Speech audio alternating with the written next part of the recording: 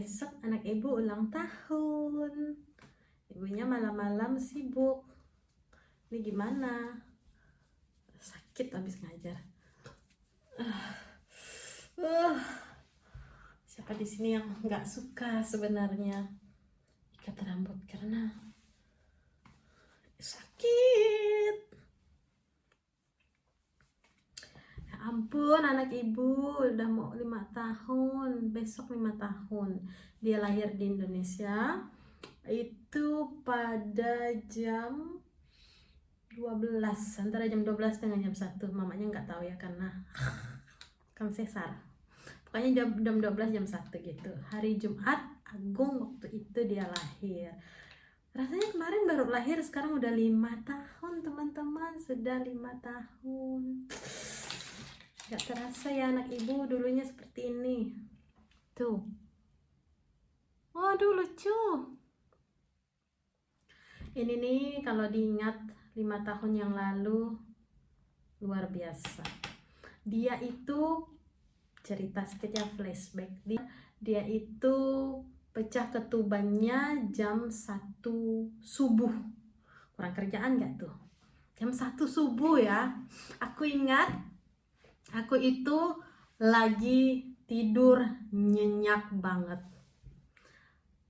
Jam 1 subuh pecah ketuban, otomatis kasur basah dong, ya kan? Kasur basah. Habis tuh kasur basah. Kita udah nggak mikir lagi kasur basah, ya terserah lah gitu kan. Habis itu setelah pecah ketuban jam 2:30, karena kita santai orangnya nggak panikan. Jam 2:30 kita langsung ke Caritas Bakti Pontianak. Karena waktu itu memang sudah mau dekat tanggal lahirnya dan kita tahu dan memang mau lahiran di Pontianak, jadi kita sudah menyiapkan segala sesuatunya di Pontianak gitu ya. Nah, jadi kita pergi jam 2:30 subuh ke Caritas Bakti Pontianak.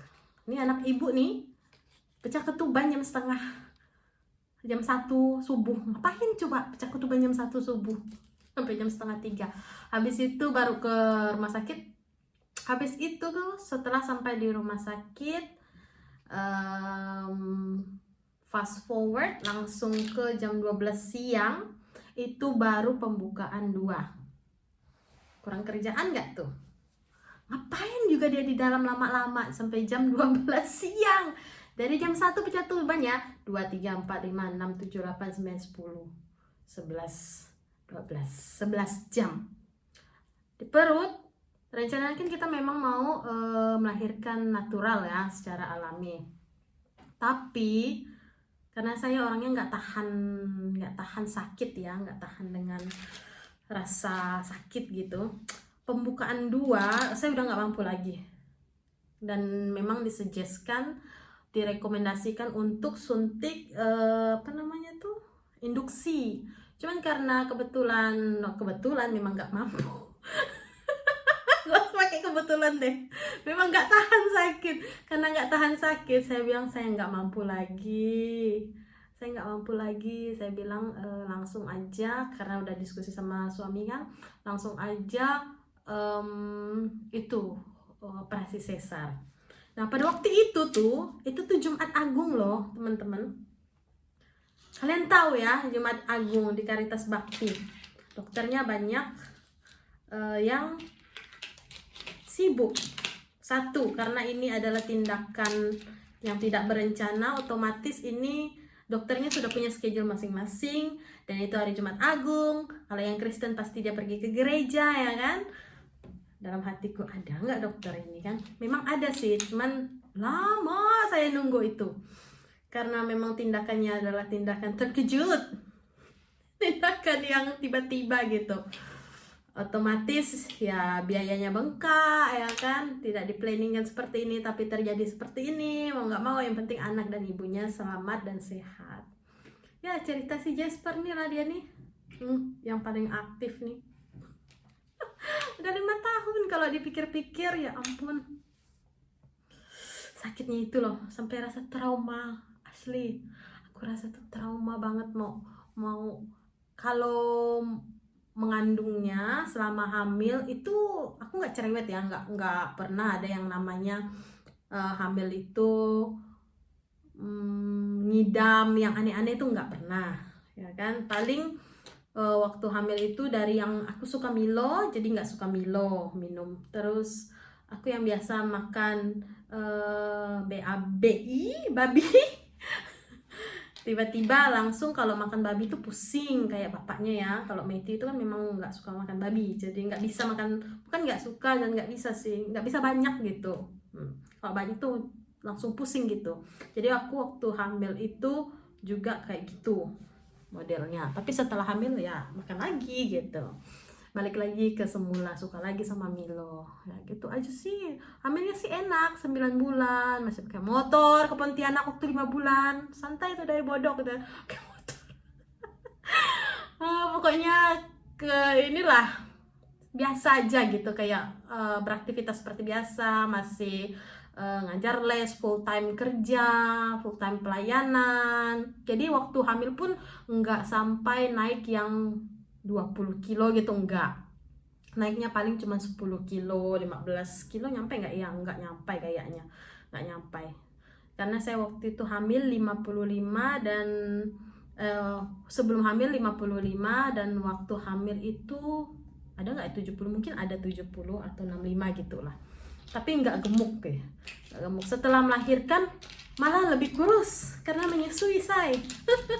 Menyusui, kerja full, terus pelayanan full, segala sesuatunya full gitu.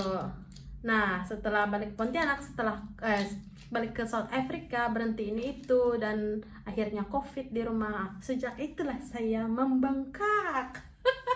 Aduh, doakan saya cepat turun teman-teman. Semoga balik lagi ke 55 kilo, kalau bisa 50 kilo. Oke, anyways, ini tentang anak saya. Ya, jadi seperti itu kayak gitu. Ini anak adalah anak yang kita tunggu-tunggu selama 5 tahun loh. Karena dalam 5 tahun itu memang kita memutuskan nggak mau punya anak. Karena apa? Karena saya secara pribadi, kalau menikah dengan orang asing, saya harus tahu dia itu personalitinya, karakternya seperti apa.